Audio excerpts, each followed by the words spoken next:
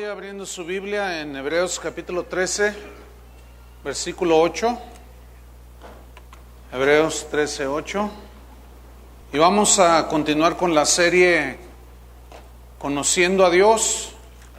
Este es el tema número 3, que se titula El Dios que no cambia. El Dios que no cambia.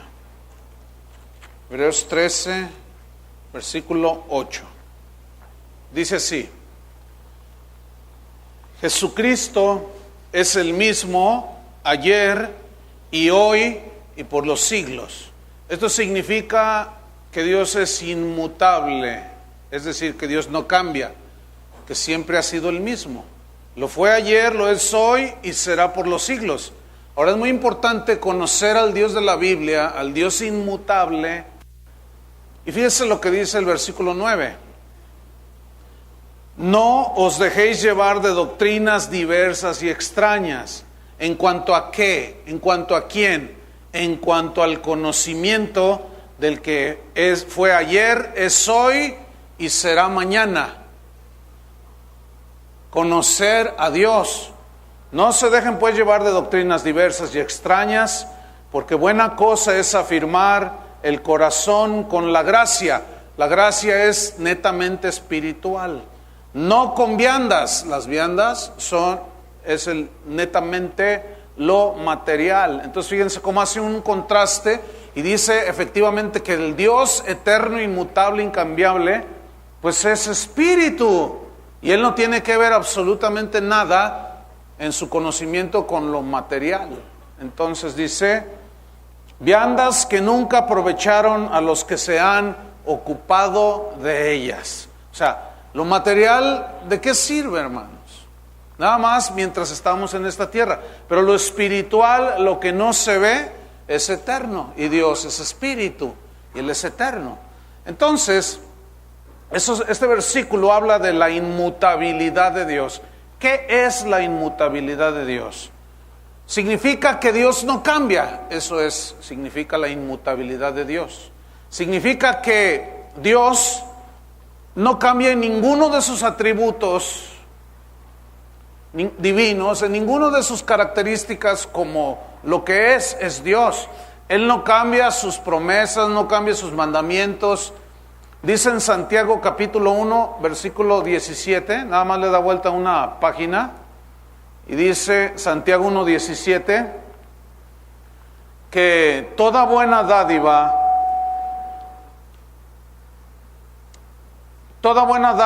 y todo don perfecto, ¿qué? Desciende de lo alto, del Padre de las luces, en el cual, ponga atención, en ese Dios invisible no hay mudanza. Significa que Dios no cambia, pero también dice no hay mudanza ni sombra de variación. Es decir, Dios no es voluble, como usted comprenderá. Dios no dice que te ama y mañana ya te ama menos. Dios no baja ni rebaja sus atributos, ni los aumenta. Él es el que es y punto. Entonces, Dios es imposible que cambie. Él no cambia. Él es el Dios incambiable en medio de los tiempos cambiantes.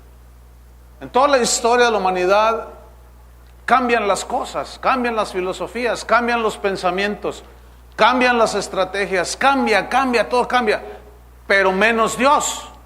Dios no cambia. Él es incambiable. Él no aumenta su poder, tampoco lo disminuye. Cuando Dios manifiesta su poder, no lo desgasta, ¿sí? Él no envejece, tampoco rejuvenece. Él no se enferma de Alzheimer. Al no hacerse viejito, pues imagínese a Dios: oye, Gabriel, ¿dónde estoy? Imagínese.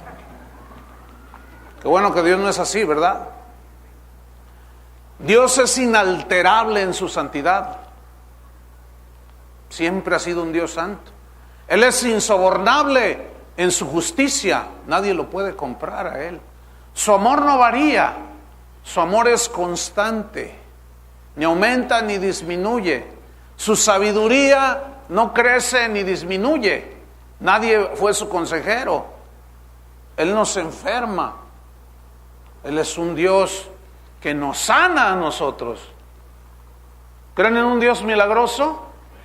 Pero hay muchos que solamente ven ese aspecto de Dios como un Dios milagroso. Y si es un Dios milagroso y hace muchos milagros y señales, pero eso en el aspecto del conocimiento de Dios, eso es una ínfima parte de quién es Dios. Necesitamos conocer a Dios en la dimensión que más podamos nosotros hacerlo. Ahora bien,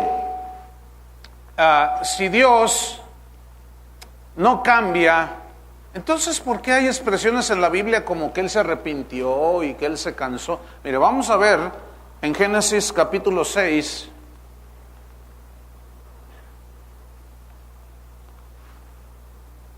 Génesis capítulo 6,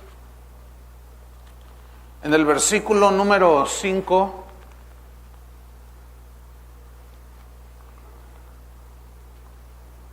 Dice, y vio Dios que la maldad de los hombres era mucha en la tierra, y que todo designio de los pensamientos del corazón de ellos era de continuo solamente el mal. Versículo 6. Y se arrepintió Jehová de haber hecho al hombre en la tierra y le dolió en su corazón. ¿Se qué? ¿Se arrepintió Dios? Entonces, si Él no es como nosotros, ¿por qué se arrepintió? Preguntará alguno. Génesis capítulo 2, versículo 2. Dice, y acabó Dios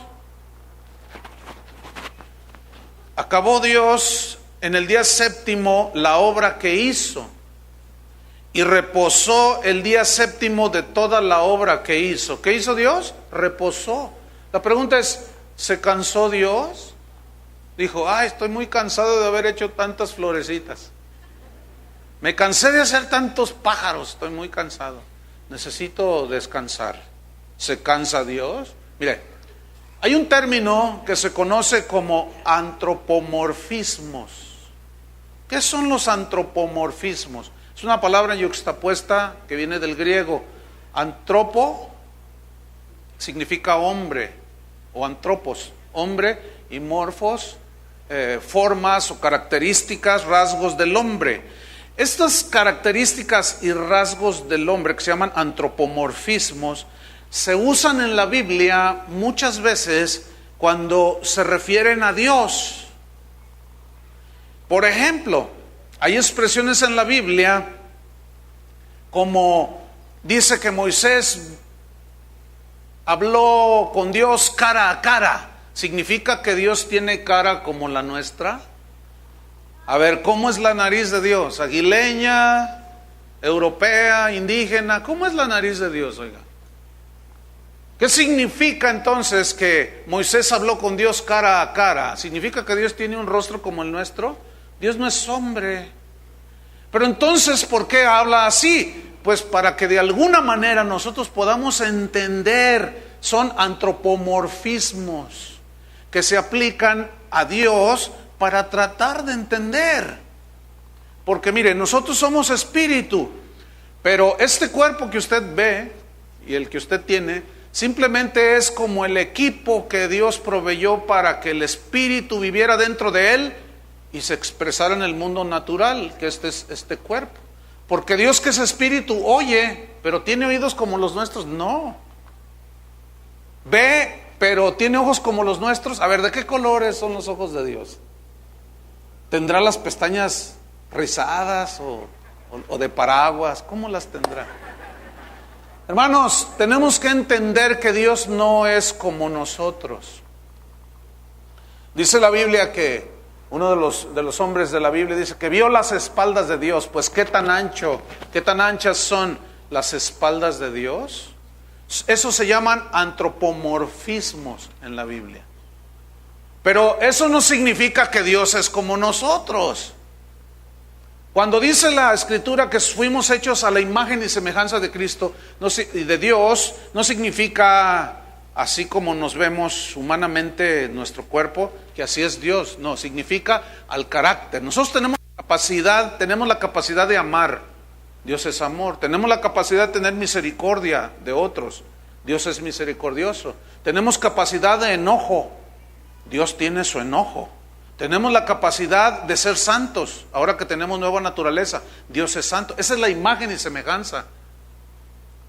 De eso hablaremos tal vez más adelante. Entonces, volviendo a Génesis 6, dice que Dios se arrepintió. Ahora, para aclarar un poco más este punto, vamos a estudiar un poquito esta palabra, se arrepintió. Como se arrepiente el hombre, vamos a ver que no es así. Tengo que hacer esta distinción para que veamos que Dios no es hombre, no es como nosotros. Génesis 6:6 dice que se arrepintió. Esa palabra se tradujo del hebreo nakham, con K, nakham, que significa respirar fuerte, pero un respiro como de lamentación. Dice que le dolió en su corazón. Y es un respiro así como de lamentación, un respiro profundo, fuerte. ¿De qué se estaba lamentando Dios? De que el hombre prefirió seguir la maldad. Dios no nos diseñó ni nos creó para la maldad, pero el hombre escogió seguir la maldad. Déjeme ilustrárselo. Es como un padre o un hombre que cuando se casa dice: yo quiero tener un hijo. Y bueno, un día su esposa concibe un hijo. Todo el deseo del corazón de ese papá es que su hijo pues esté bien. Todo lo que él desea para su hijo es que es lo mejor, lo que pueda él ofrecerle también. Ese es el deseo del corazón de ese padre. Pero un día el hijo decide probar las drogas y se queda envuelto en ese vicio. Pregunta: ¿cómo reacciona un papá? Se lamenta, ¿no es cierto?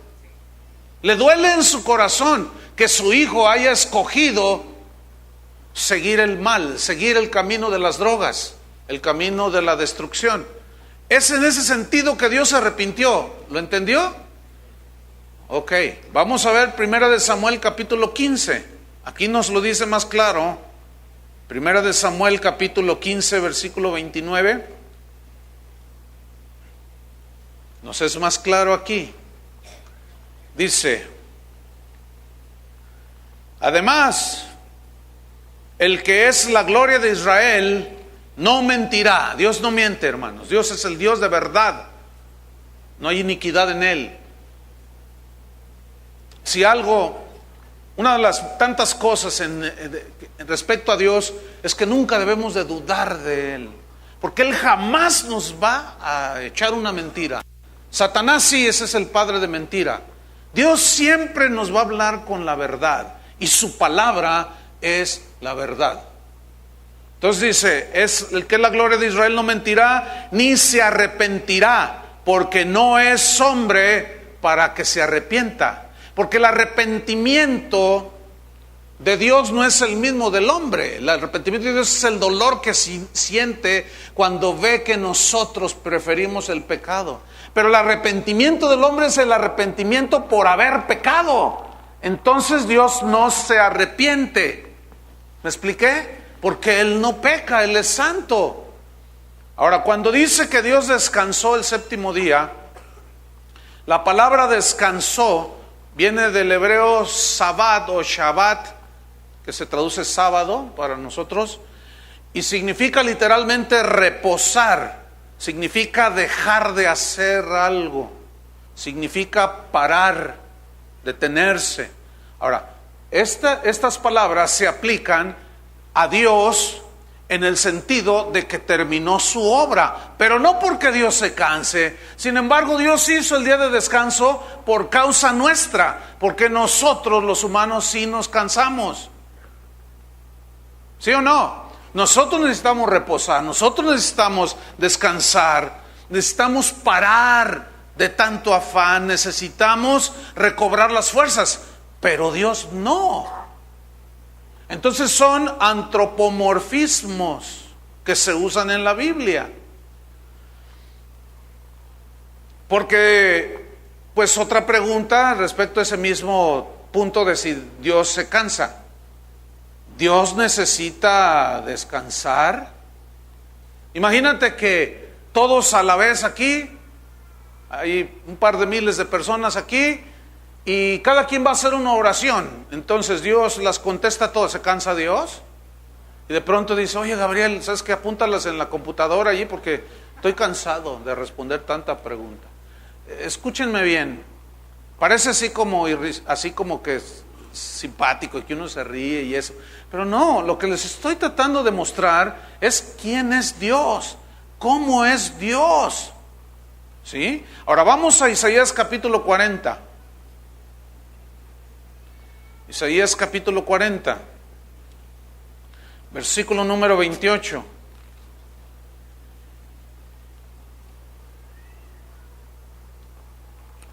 Dice así: no has sabido, aquí este verbo yadás, que se tradujo sabido, significa conocido, entendido, discernido. Entonces, no has conocido, no has discernido, no has oído, y aquí oír significa oír inteligentemente, con atención. Entonces, presten mucha atención, porque muchos no conocen a Dios como deberían de conocerlo. ¿Por qué? Porque no oyen con inteligencia, no escuchan las cosas con inteligencia. Entonces, preste atención. No has sabido, no has oído que el Dios eterno es Jehová. ¿El Dios qué? Eterno. Esa palabra eterno significa que Él no tuvo principio ni fin. ¿Cómo es eso? Esa es una definición de la eternidad. De alguna manera teníamos que definirlo en el idioma. Pero Dios no tuvo principio ni fin. Él es eterno. Él existe en sí mismo. Cuando Moisés le preguntó a Dios, voy a ir con Faraón porque tú me envías, pero si me pregunta que quién me envía, ¿qué le digo? Y Dios le dice, dile, yo soy el que soy, te envía. Yo soy el que soy, el Shaddai en el hebreo. Pero significa el que existe en sí mismo, que nunca empezó y por lo tanto nunca terminará. El que nunca nació, nunca morirá. El que es por los siglos de los siglos de los siglos. Amén. Ahora, ese tipo de lenguaje, de que si Dios se cansa o no, Juan el apóstol, cuando escribe su Apocalipsis, él dice, y oí la voz de ángeles, y era como era, entonces él escribe, como el estruendo de muchas aguas, y hace un símil, es una comparación, algo semejante a. Entonces se tienen que usar expresiones así para que nosotros podamos entenderlas. Tiene que haber cierta comparación. Y sus ojos eran como llama de fuego, y sus pies como el bronce brilloso, pulido. Entonces, ese Dios, no has oído, no has entendido que ese Dios eterno es Jehová, el cual, dice, estoy en el versículo 28, creó los confines de la tierra. Esa palabra creó viene del hebreo vará, y vará significa crear de la nada. Por lo tanto, esa palabra solo se le aplica a Dios. Solo Dios tiene la capacidad de crear de la nada. Él dijo, sea la luz, y fue la luz. Ahora, en el Nuevo Testamento hay un texto que dice que Dios llama las cosas que no son como si fuesen. Y esa en alusión a vará. Es decir, Dios es el único que pudo decir, que brote la hierba en el campo, salgan peces del mar, y llamó las cosas que no son como si fuesen. Pero algunos maestros de la Biblia, torciendo el significado de las Escrituras, le han hecho creer a algunos cristianos que usted y yo podemos llamar las cosas que no son como si fuesen. Eso es una mentira. Eso no es verdad, hermanos. Eso es una interpretación de la Escritura totalmente fuera del contexto.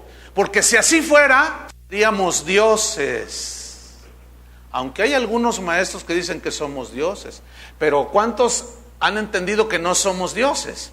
Porque si yo llamara las cosas que no son como si fuesen y todo lo que yo digo se hace, entonces soy Dios. ¿Para qué lo necesito a Él? Por eso dice, Jesucristo es el mismo de ayer, hoy y por los siglos. No se dejen llevar de doctrinas extrañas. Dios nunca, nunca, escúchenme bien, jamás va a hacernos igual a Él. Porque Él es el único Dios. Nosotros no somos dioses, somos criaturas de Dios. ¿Cuántos dicen así es? Pues aunque no diga. Entonces, note, Él creó los confines de la tierra, pero viene a continuación. No desfallece, significa que no se cansa, que no flaquea, ni se fatiga, significa quedar exhausto, significa sudar por hacer esfuerzo. Y como cansado que estás, pues te sientas. Dios no es así. A ver, pastor, entonces ¿por qué dice la Biblia en Juan 4 que Jesús, cansado del camino, se sentó junto al pozo? Así dice, ¿verdad? ¿Y por qué dice que tuvo sed? ¿Y por qué dice que tuvo hambre? La respuesta es muy sencilla. Porque Dios se encarnó y tomó forma humana. Y como forma humana está sujeto al cansancio, al hambre y a la sed y al sueño, porque también se dormía. Pero si ustedes notan, la Biblia dice que no se dormirá el que guarda a Israel, porque Dios no duerme. Cristo era Dios, por supuesto que era Dios. Entonces, ¿por qué se cansaba? Te repito, porque era hombre también.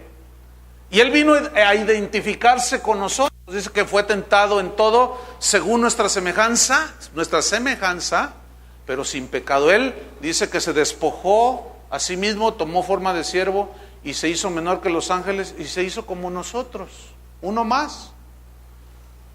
Lloró, se cansó, en la barca se durmió y los discípulos se espantaron. Entonces, obviamente como ser humano, Él tenía que tener hambre, tenía que comer, sentía frío, tenía que cubrirse, tenía hambre, tenía que comer, etcétera. Entonces, fíjate, aquí está haciendo la diferencia. Él no desfallece, no se cansa, no se fatiga, no suda,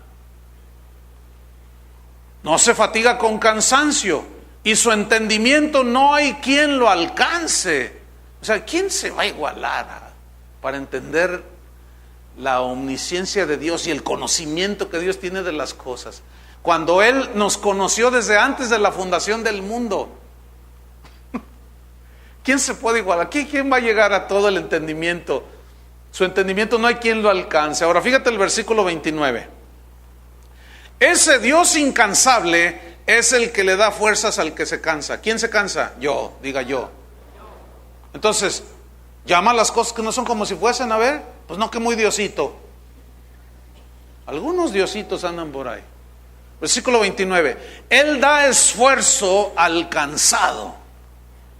Jesús dijo, vengan a mí todos los que están trabajados y cansados. Ok, ¿cansado de qué? Mira, hay muchas cosas que tenemos que hacer trabajar, que nos cansan ya por naturaleza.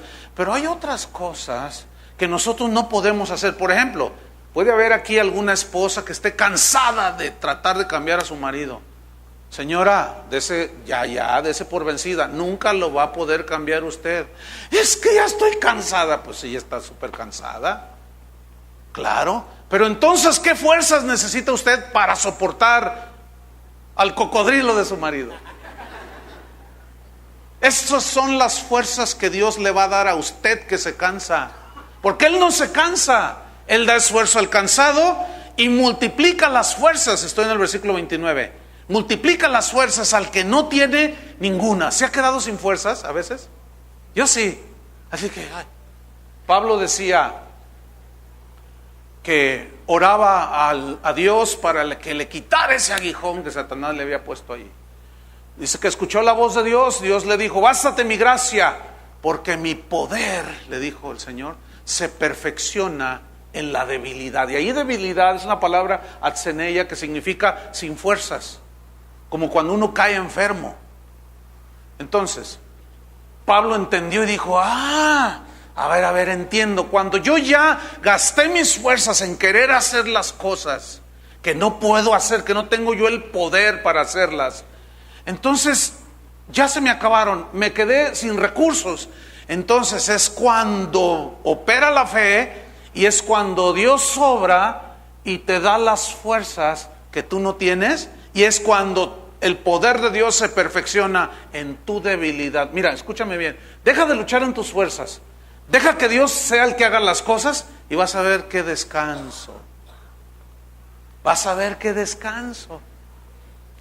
Dios, ahí en el libro de los Hebreos, hablaba de que el pueblo de aquel tiempo no entró en su reposo.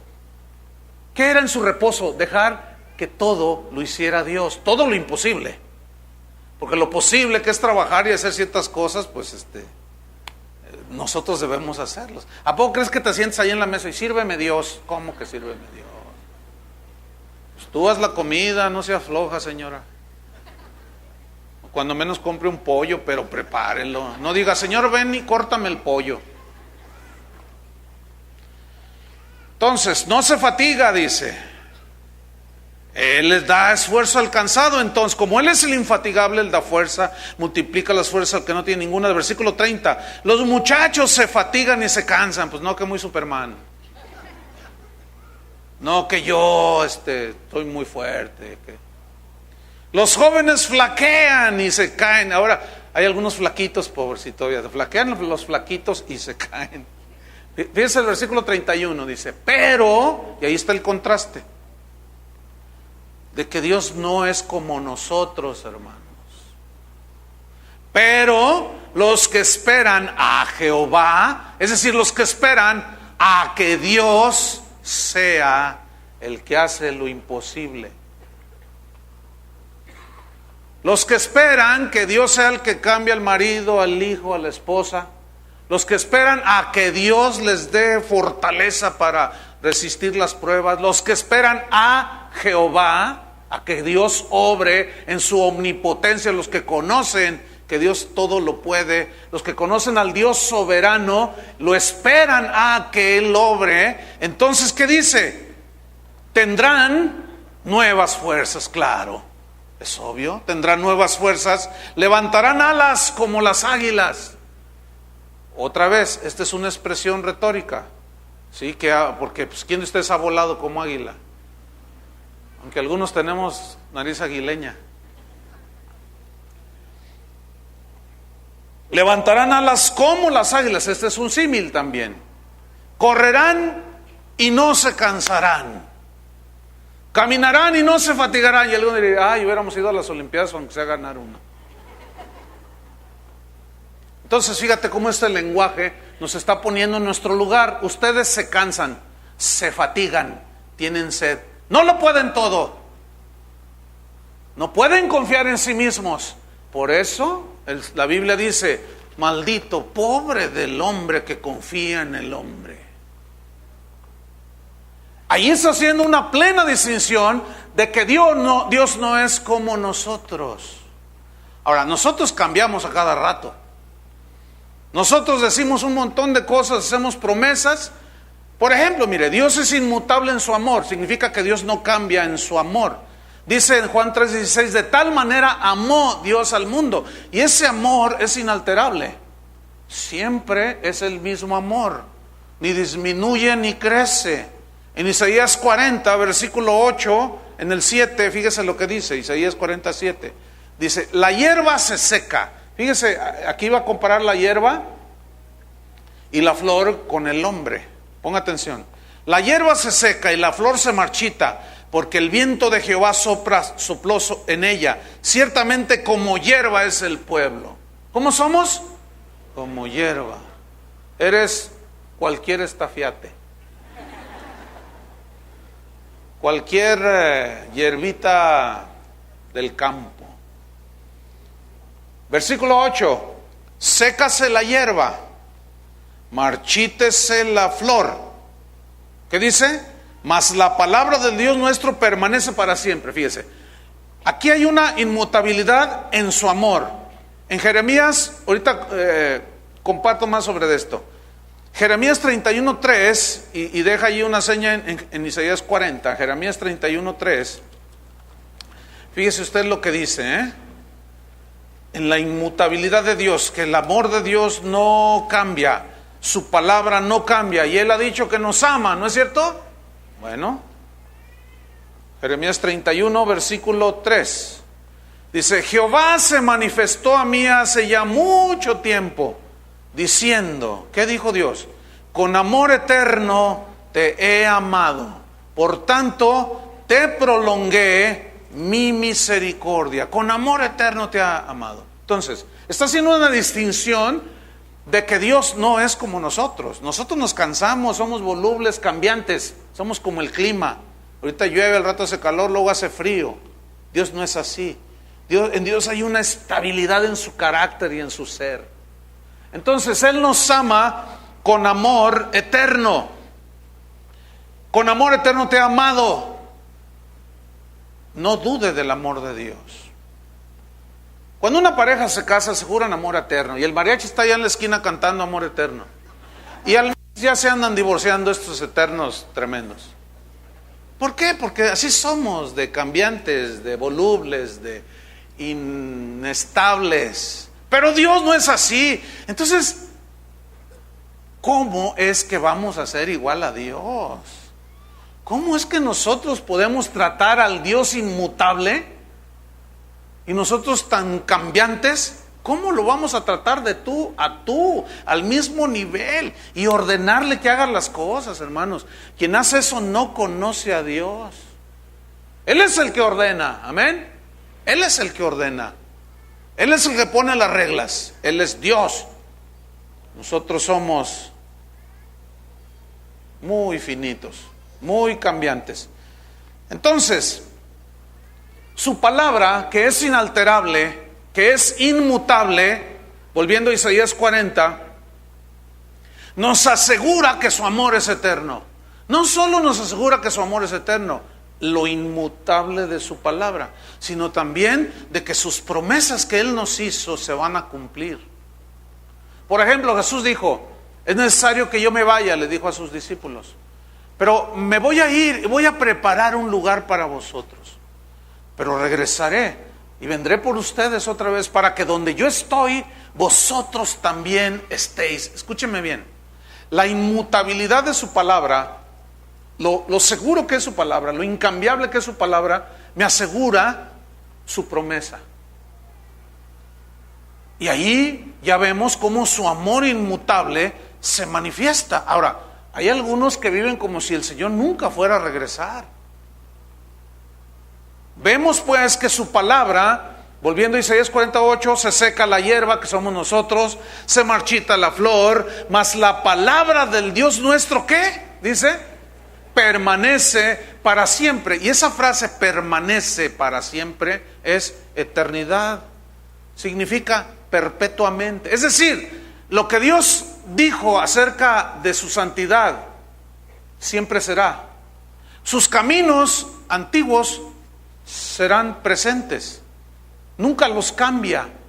El camino en el que caminó Enoc y Dios se lo llevó son los mismos caminos que hoy quiere que caminemos. No han cambiado. En el Antiguo Testamento dice: preguntad por las sendas antiguas. ¿Por las sendas qué? Antiguas. ¿Cuál es el buen camino?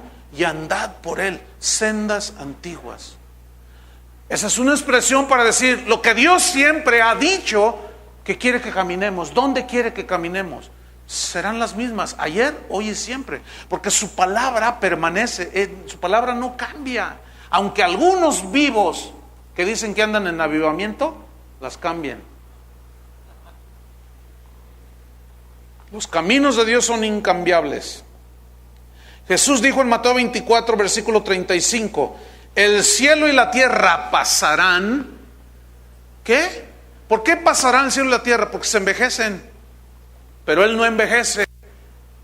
Su palabra tampoco. No se empolva. no se oxida. Es su palabra eterna, es su autoridad mostrada en lo que Él dijo, que está escrito aquí en este libro. El cielo y la tierra pasarán, pero mis palabras, dijo Jesús, y eso asevera que Él es Dios. Pero mis palabras, ¿qué? No pasarán. Y esa frase no pasarán significa siempre es eterna su palabra. Entonces, si es eterna su palabra, Él nunca la va a cambiar. Siempre será la misma. Aunque, repito, hay algunos vivos que la han querido cambiar. Pero esto no es nuevo. Vaya conmigo a Gálatas capítulo 1. Gálatas capítulo 1. Después de 2 Corintios. Esto no es nuevo, hermanos. Esto siempre ha existido. Pero Dios sigue diciendo, mi palabra, esa no pasará. Esa es siempre vigente. Gálatas 1:6. Fíjese lo que dice. Estoy maravillado, decía San Pablo. Estoy sorprendido, maravillado de que tan pronto, ponga atención, os hayáis alejado del que os llamó por la gracia de Cristo. A ver. Los cristianos gálatas se habían alejado de Dios, que habían sido acercados por Cristo. Eso es lo que dice allí. ¿Cómo es posible de que tan pronto se hayan alejado del que os llamó por la gracia de Cristo para seguir un evangelio diferente? ¿Un qué? Un evangelio diferente. Es decir, lo que Pablo está diciendo aquí es lo siguiente: que todo aquello que diga el apóstol Armando Negocios de la Cruz, que no esté en las Escrituras, y aunque diga cosas que las maquille con 1 o 2 versículos, tenemos que ser muy listos como los de Berea, que Pablo les predicó y escudriñaban cada día las Escrituras para ver si lo que decía Pablo era verdad.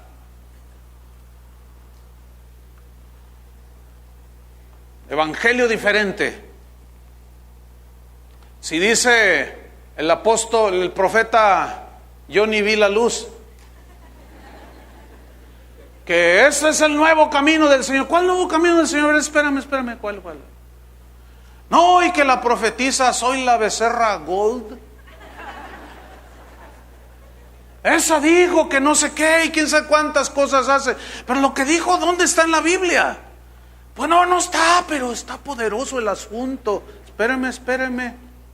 Hay muchos evangelios diferentes.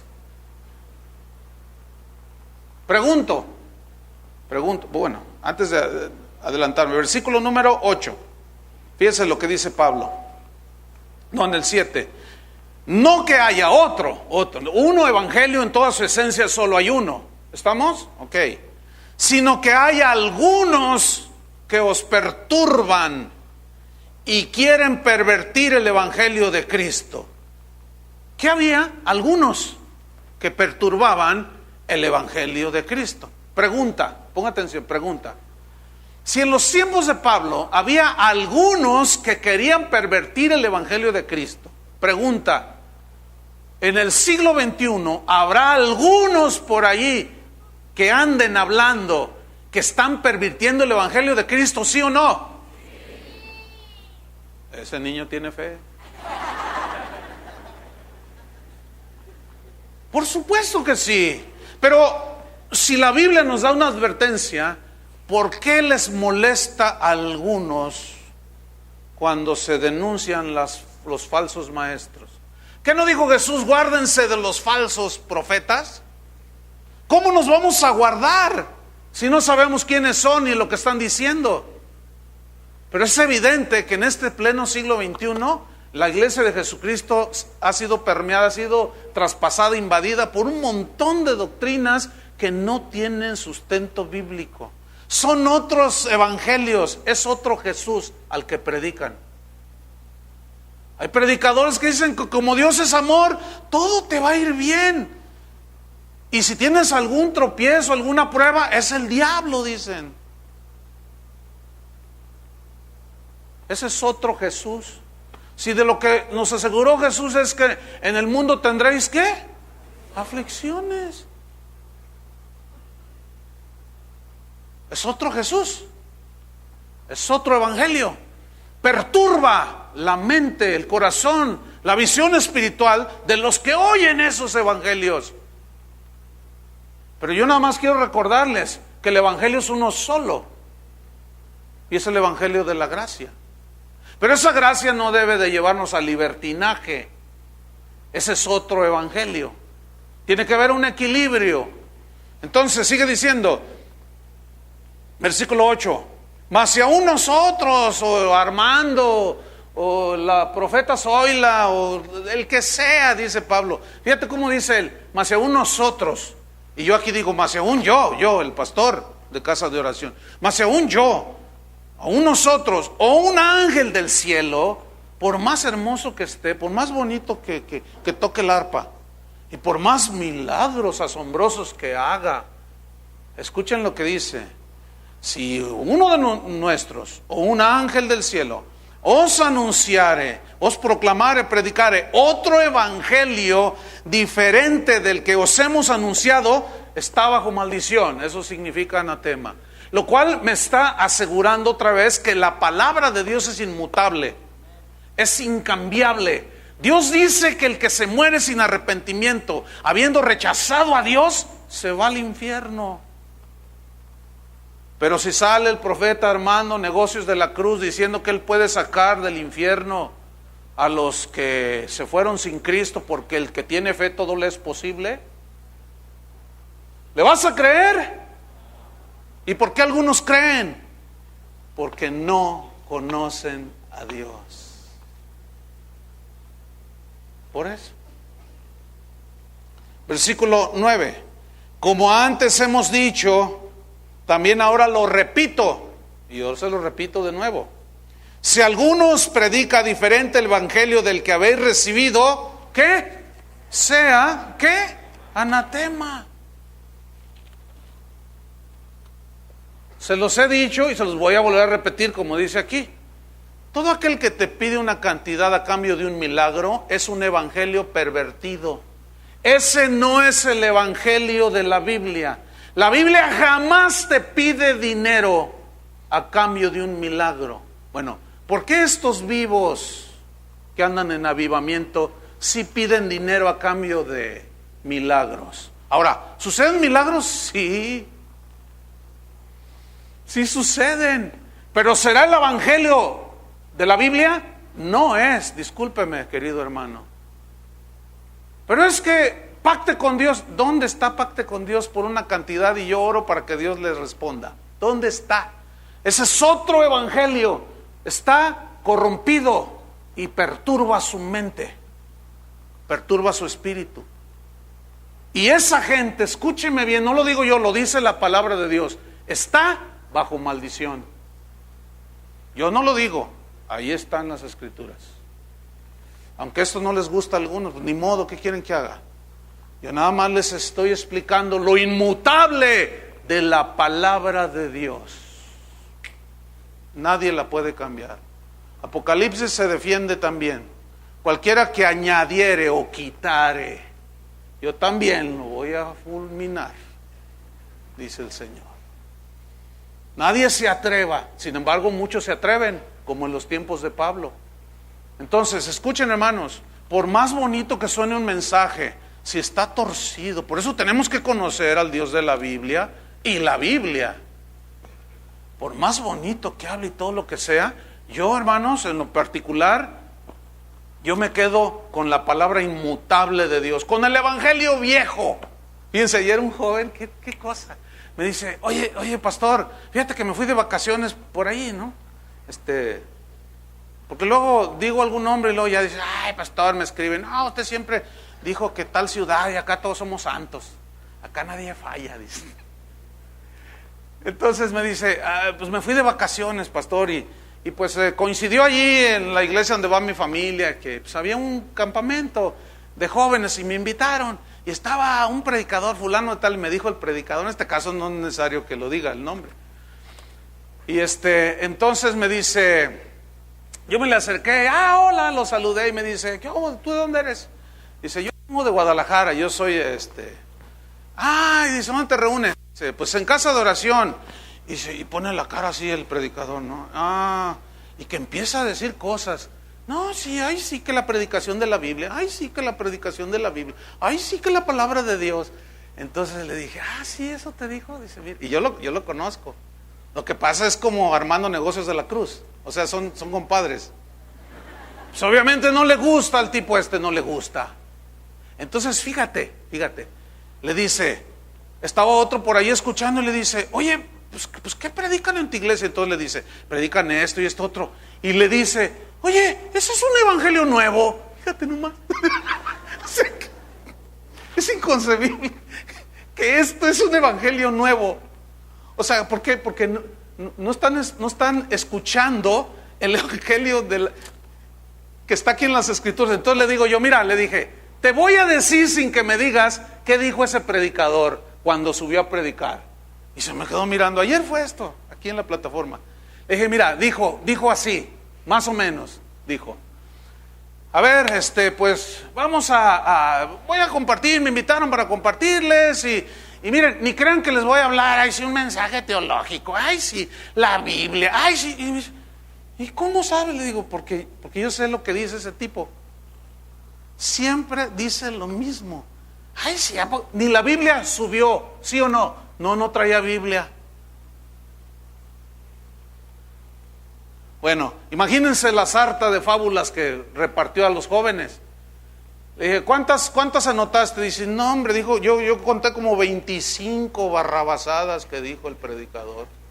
Y un chavo de 20 años, hermano. Yo me quedo y me sigo quedando con este viejo libro. ¿Ustedes qué van a hacer? Porque es el Dios inmutable, incambiable, y su palabra es incambiable. Es inmutable, no cambia, aunque algunos la quieran cambiar. Yo me quedo con lo viejillo.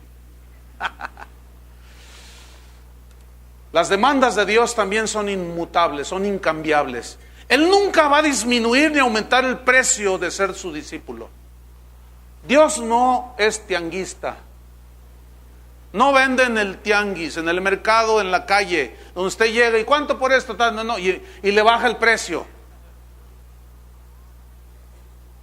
Dios nunca le va a rebajar el precio que hay que pagar por ser su discípulo. Él lo dijo claramente en Mateo 10:37. El que ama padre o madre, esposa e hijos, compadre, abuela, lo que sea, más que a mí, no es digno de mí. Oiga, pastor, pero se me hace un poco exagerado. Mire, Dios sabe todo, Dios sabe que yo lo amo, Dios sabe que yo quiero caminar con Él, pero pues mi compadre me echa carrilla, me hace, se burla de mí, me dice cosas y otro puede llegar, ay, pastor, ¿qué hago? Mi mamá me corrió de la casa porque me hice cristiana. Entonces, ¿qué hago? ¿Cómo que qué haces? Seguir a Cristo, ¿no? Esa es la respuesta obvia. Sí, pero ¿qué? Pero no puedes llegar a un arreglo con Dios respecto a que, bueno, ya que se muera mi mamá, entonces ya te voy a seguir. No, hermanos, el Señor nunca va a rebajar el precio que hay que pagar por ser discípulo de Cristo. Él lo dijo claramente. El que no toma su cruz, fíjense cómo lo dice crucero. El que no toma su cruz cada día, ¿su qué? Su cruz cada día, se niega a sí mismo, viene en pos de mí, no puede ser mi discípulo. Pero es que mi papá, hermano, no, a mí no me digas. ¿Qué tengo que hacer? Sigue a Cristo, pero se me van a echar encima todos. Eso dijo Jesús, ese es uno de los precios que hay que pagar. Y eso es incambiable, es inmutable, no es negociable. ¿Están entendiendo, discípulos de Cristo? Pues que llueve, truenen, como decimos acá, y que digan misa. Si tú has de seguir a Cristo, síguelo bien. No puedes estar entre dos pensamientos. Elías retó al pueblo de ese tiempo y les dijo: no estén claudicando entre dos pensamientos. Si Jehová es Dios, síganlo, y si Baal es Dios, síganlo a él. Pero no estén con un pie aquí y otro acá, porque Dios a los tibios los vomita. ¡Uy, qué radical es usted! ¿Yo o Dios? A ver, espérenme. No podemos ser medio santos, no podemos ser medio consagrados, no podemos ser medio cristianos. A ver, como que medio le paguen, como que medio se baña, como que dice: lléneme el tanque, y se lo dejan a la mitad y le cobran tanque lleno de gasolina. No, a nadie le gustan las medianías, pues a Dios tampoco. Y es innegociable sus demandas. Él nunca le va a bajar al precio que hay que pagar. Su justicia es inmutable, es incambiable. Es decir, que Dios, al ser inmutable en su justicia, que no cambia, es un Dios justo, es insobornable. Los jueces de la tierra se pueden corromper. Ofréceles unos dólares y se corrompen. No todos, obviamente, pero muchos de ellos. Lo cual habla de la debilidad del ser humano. Pero con Dios no es así. En Números 14, versículo 18, mira lo que dice. Números 14, 18. acerca de su inmutable e incambiable justicia. Dios es insobornable. Pero ¿sabes que odia el soborno? Dios es incorruptible, y por lo mismo, ¿sabes que odia la corrupción?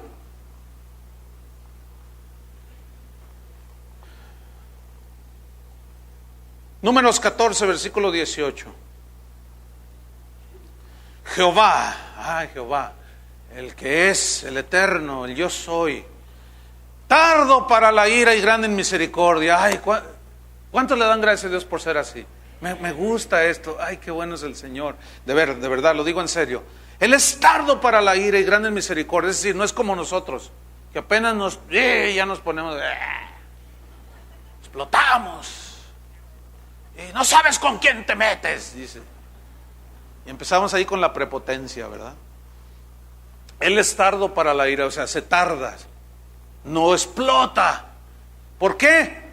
Porque es un Dios paciente, pero es grande en misericordia. Fíjate eso, grande. Ya veremos ese atributo de Dios, misericordioso. Él es grande en misericordia, se apiada de nuestras debilidades, de nuestros errores, extiende su misericordia porque es grande. Ay, qué bueno es eso. Si no, ¿dónde estuviéramos hoy, hermanos? Sus misericordias son nuevas cada año. Cada día son nuevas sus misericordias. Grande es su fidelidad, decía Jeremías. Grande, grande, grande. Ahora sigo leyendo. Que perdona la iniquidad y la rebelión. Ay, Señor, gracias. David, cuando pecó con Betsabé, cuando Natán fue a decirle su pecado, dice la Biblia que David oró lo que es el Salmo 51. Ten piedad de mí, oh Dios. Fue un arrepentimiento genuino. Y la Biblia dice que si confesamos nuestros pecados, ¿qué? Él es fiel y justo para perdonar nuestros pecados y limpiarnos de toda maldad. ¿Él es qué? Ese es otro rasgo de Él. Él es fiel y justo. Significa, pongan atención, fiel y justo significa que lo que Él dijo lo va a cumplir. Si dijo que si te arrepientes y confiesas te perdona, Él lo va a hacer, punto. El asunto es que nosotros lo creamos. Ese es el problema. El problema no está en Dios, sino está en nosotros, de que a veces cuando pecamos confesamos nuestro pecado, pero la condenación la traemos ahí encima y no nos apropiamos por la fe, el arrepentimiento, su promesa de perdón, y que Él olvida nuestros pecados y los borra. Entonces, ¿dónde está el problema? En nosotros. Por eso tenemos que conocerlo. Y cuando sabemos que Él es fiel, y si Él dice que si confiesas, te arrepientes y confiesas, te perdona, eso es exactamente lo que Dios hace. Dios es fiel y justo para perdonar. Ahora sigo leyendo. Que perdona la iniquidad y la rebelión. Borra mis rebeliones, decía David. Lávame más y más de mi pecado. Crea en mí, oh Dios, un corazón limpio. Y en la palabra crea es vará otra vez. Es decir, el único capaz de crear un corazón limpio en nosotros, ¿quién es? Dios. Vea lo que viene a continuación del versículo. Aunque, aquí sí lee aunque, fíjese.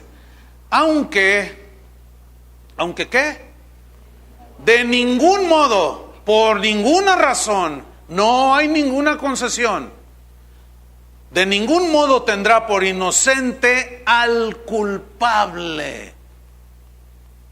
A ver, ¿cómo está esto? Eso es exactamente. Es decir, fíjese, ponga atención. Sus promesas de amor incondicional que Él hace hacia nosotros no invalidan sus promesas de juicio. Su promesa incondicional de amarnos y que Él extenderá su misericordia no significa que no llegue a un límite con nuestra rebelión. Entonces su promesa incondicional de amor no invalida su promesa de disciplina, porque Dios al que ama, esa es una promesa de Dios también, pero esa no le llamamos promesa. Dios te promete que al que ama, ¿qué? Disciplina y azota a todo aquel que recibe por hijo. Porque qué padre es aquel el que que no disciplina a su hijo. Y si ustedes disciplinan a sus hijos, ¿cuánto más Dios? Dice el Dios eterno, el Padre de las luces. Entonces, fíjense, su amor incondicional, pero también es un Dios que no tiene por inocente al culpable.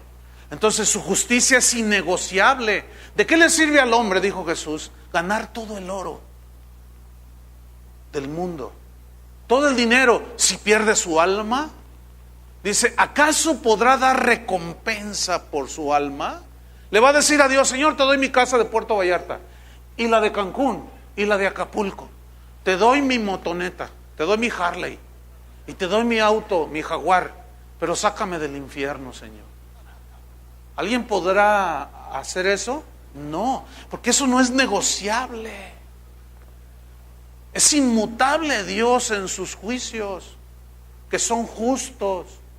Dios es imparcial, no se apantalla ni se deja deslumbrar por el dinero o la inteligencia de nadie, ni favorece a uno y desfavorece al otro. Dios es imparcial, así es Dios. Y en esa imparcialidad que es inmutable, al culpable no lo va a tener por inocente, ni al inocente lo va a tener por culpable, como suele hacerlo el hombre aquí en la tierra.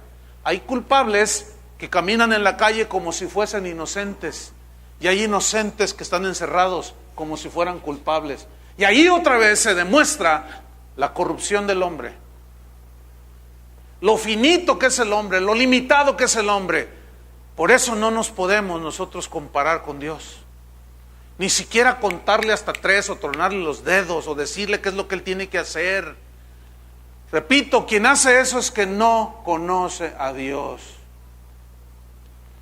Su santidad, hermanos, para irnos sobre el final, es inmutable, incambiable. Es decir, Dios jamás va a rebajar su estándar de santidad, jamás. Escúchenme bien, el Dios que tuvo un plan eterno de enviar a su Hijo a morir por nosotros para librarnos de la esclavitud del pecado, ¿permitirá que sigamos esclavos del pecado? Pues no. Eso significa que el estándar de Dios en su santidad nunca lo va a rebajar. Oiga, pastor, pero entonces esos pastores que le dicen a la gente, mire, váyase a un antro allí, llévese a su esposa, vaya con otras parejas, es más, yo lo acompaño, pues tomen, pero no mucho, fumen nomás uno no es ninguno. ¿Esos qué? Esos dicen que andan en la libertad de Cristo. ¿Será la libertad de Cristo? Dios jamás va a rebajar su estándar de santidad. Ese pastor está mandando a esa gente al infierno. Y toda la eternidad le van a estar reclamando, por su culpa estamos aquí, pastor, por su culpa estamos aquí. Es que yo pienso que Dios no es tan malo como para mandar al infierno. A ver, espérame. ¿Tú no piensas que? ¿Que no lees la Biblia? No, pues es que sí dice allí, pero se me hace que es alegórico. ¿Ustedes creen que sea alegórico el infierno? Entonces también el cielo es alegórico. Comamos y bebamos, no hay nada. No, hermanos, no nos engañemos. Pero esos falsos maestros tuercen las escrituras, predican otro evangelio y le hacen creer a la gente que son salvos y no son salvos. Creen que porque levantaron el dedo el domingo ya son salvos. Ya lo expliqué en el primer mensaje. No, en eso no consiste la salvación, hermanos. Ya lo expliqué mucho, bastantes veces. Entonces, en su santidad, vean lo que dice Primera de Pedro 1:15, perdón. Dice, como aquel que os llamó es, ¿qué? Santo. Sed santos en toda vuestra manera de vivir. ¿En qué? En toda vuestra manera de vivir. Fíjate, en tu casa, en tu carro, en la escuela, en el trabajo, donde quiera que estés, todo lo que hagas. ¿Qué dice que debemos de vivir? Una vida como santa. ¿Qué es vivir una vida santa? Apartada para Dios. Eso significa. Entonces dice, como aquel que os llamó es santo, sed santos en toda vuestra manera de vivir. Versículo 16, porque escrito está, sed santos porque yo soy santo. Concluimos, no hay cambios en Dios. Él es el mismo ayer, de hoy y por los siglos. Jamás va a haber una sombra de variación en Él. Él es el que es y ya. Pero lo que Dios cambia es su trato con nosotros, porque de esa manera Él permanece inmutable en su carácter. Es decir, el Dios de amor también es un Dios justo. Es como el sol brilla con toda su luz, pero también su calor, ¿sí? El calor a la nieve, ¿qué la hace? La derrite. Y el calor al lodo, al barro, al fango, ¿qué hace? Lo endurece. Pero es un solo calor. Pero son dos operaciones o dos consecuencias que hacen los rayos del sol, el calor que emite el sol. Escúchenme, así es Dios. Es decir, que Él va a obrar como Él es, que no va a cambiar según nosotros nos comportamos. Por ejemplo, Jonás, Dios le dice, Jonás, ve y predícale a Nínive y diles que si no se arrepienten los voy a fulminar. Dice, no voy. Y se va. Dice, ¿no vas? No, ¿por qué me desobedeces? No voy, dice. Y se va.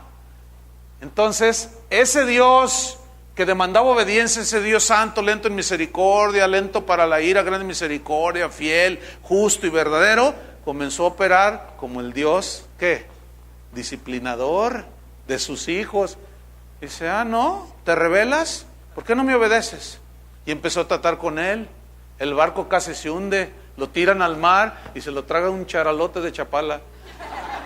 Y luego está allí todo lleno de algas y todo, y está allí ya casi muriendo y se arrepiente. Señor, hoy sí, perdón, pagaré mis votos. Y manda a Dios a expulsarlo. Sale a la playa, allí a la orilla del mar, y ay, sí, alabado sea el nombre del Señor. Y va Jonás y le dice, Señor, ¿qué quieres que haga? Y el Señor, pues lo que te había dicho, ve a Nínive y predícale. Ve a Nínive y predícale.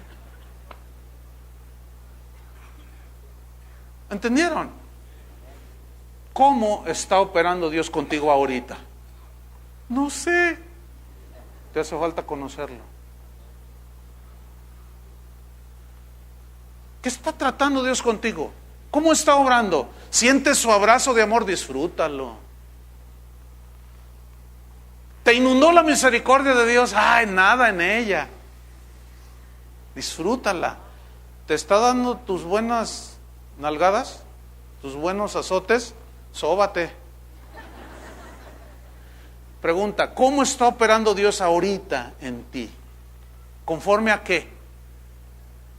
A lo que necesitas que Él se manifieste.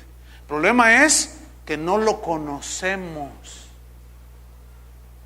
Cuando está obrando en justicia, cuando está obrando, cuando su paciencia ya llegó a un límite, cuando te está amando, cuando te está consolando. Ese es el problema. Que eso es lo que nosotros queremos aprender, ¿no es cierto, hermanos?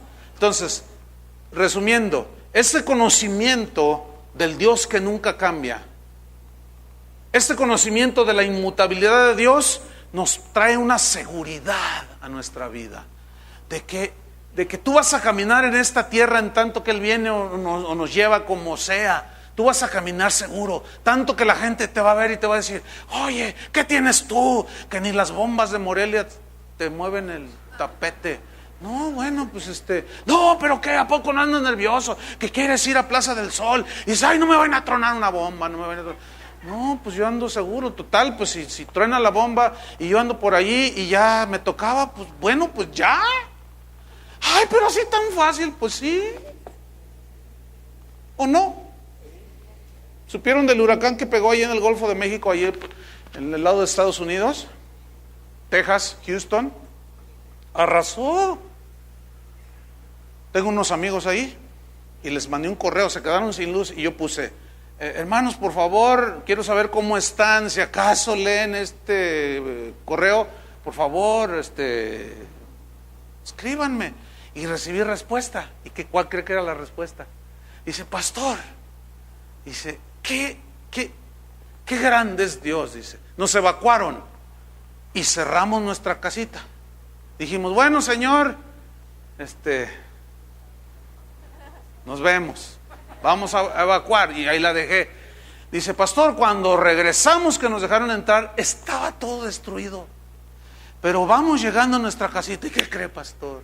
Y yo estoy leyendo ahí el correo. Dice, no le pasó nada a nuestra casita. Así como la dejé, pastor, ni un vidrio roto. Explícame eso. Ah, pero explícame que hubo muchos hermanos que les arrasó con la casita.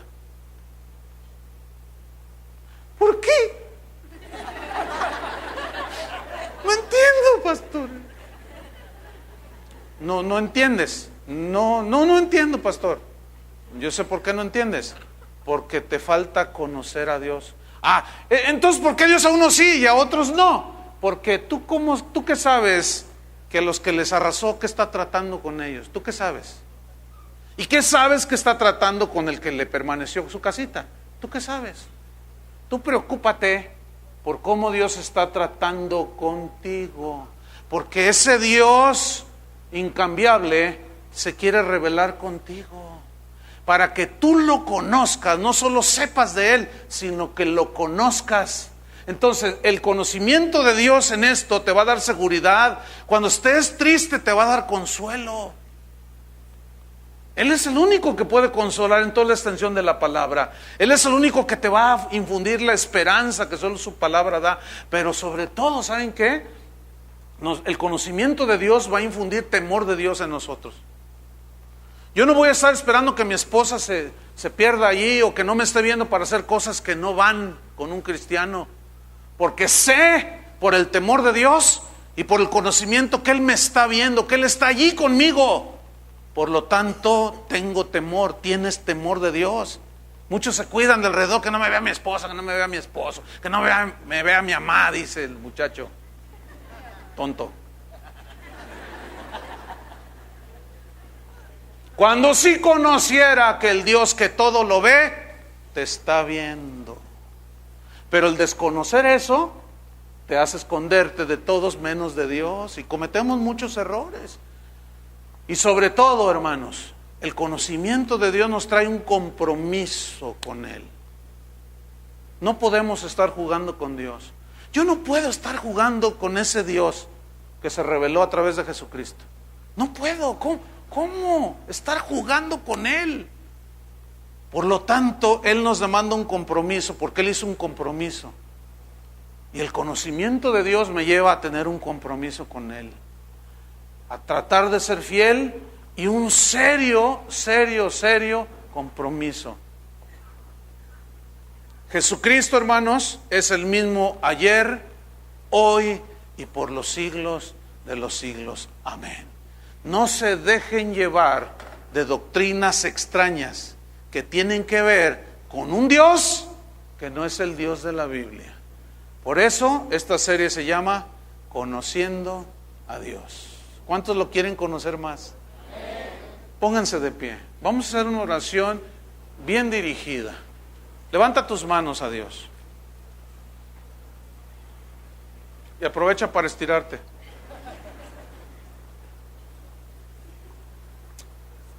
Ahora, ya olvídate del que está junto a ti, a tu izquierda. O sea, ¿cómo Dios está obrando contigo? ¿Qué se está revelando Dios contigo?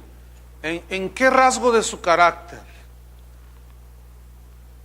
¿Te está demandando compromiso? Pues es que es un Dios comprometido.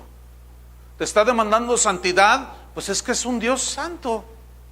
¿Te está demandando rectitud? Pues Él es un Dios recto. ¿Cómo está tratando contigo Dios?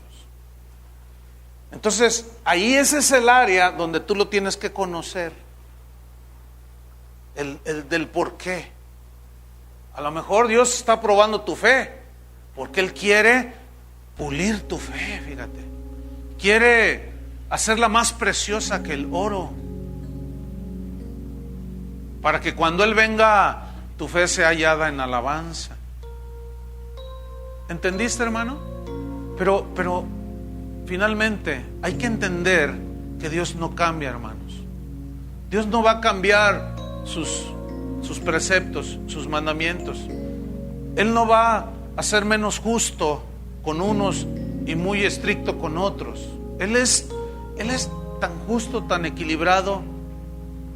El problema es que vemos por la experiencia de otros lo que nos está pasando a nosotros, y ese es un error, hermano. No. Tú debes de ver a Dios, tú y Dios, nada más. Tú y Dios. Hay un conocimiento que es el conocimiento espiritual, ciertamente, y que se anida en nuestros pensamientos, en nuestro conocimiento. Pero hay un conocimiento de Dios en la experiencia. Yo puedo decir que Dios es amor, pero si nunca experimento su amor, cuando Él me lo quiere demostrar y quiere que lo conozca ahí, entonces no conozco al Dios de amor. Si Dios manifiesta su misericordia y yo estoy queriendo que haga mis caprichos, yo no estoy siendo dócil a ese Dios misericordioso que se está mostrando a mí, que está siendo paciente conmigo. Tienes que conocerlo ahí, donde estás ahorita, con lo que estás viviendo ahorita. Entonces, con tus manos levantadas, dile: Señor, te quiero conocer. Quiero, Señor, decirte que te reveles a mí. Dame sabiduría, Señor, discernimiento para conocerte, para saber cómo es que tú estás obrando conmigo. Si es en tu santidad, en tu justicia, en tu bondad, pero también en tu inflexibilidad en cuanto a la palabra, tu palabra que es incambiable. Enséñanos, Señor, queremos conocerte. Gracias porque este conocimiento está en la Biblia, en la palabra de Dios, y es ahí donde podemos nosotros conocer al Dios que se reveló en Jesucristo. Gracias, Señor, porque eres el mismo ayer, hoy y siempre. Nunca cambiarás. Tus decretos, juicios, mandamientos nunca cambiarán. Tu justicia, amor, perdón jamás cambiará. Tú eres el mismo siempre, Señor. En el nombre de Jesús, Padre, te damos las gracias, Señor. Amén. Que Dios les bendiga a todos.